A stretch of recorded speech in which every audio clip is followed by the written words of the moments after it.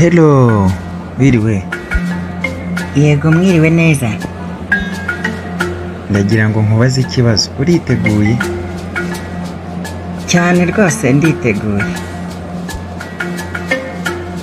Witeguye gutsindira amafaranga? Ni 5,000 nukora kino kibazo. Ayo ndayariye rwose nta kabuza.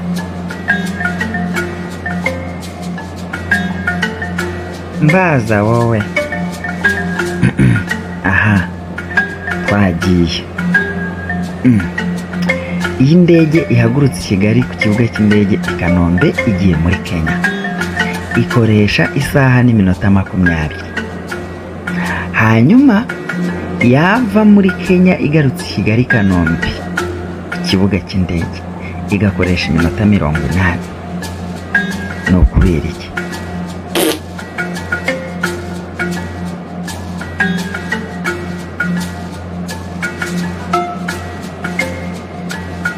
Kubera igiye igenda iyo bayoba, ariko igarutse igaruka aho yari ivuye.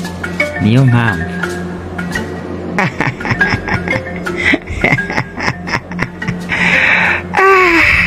Mana we, nibatubwire muri comment.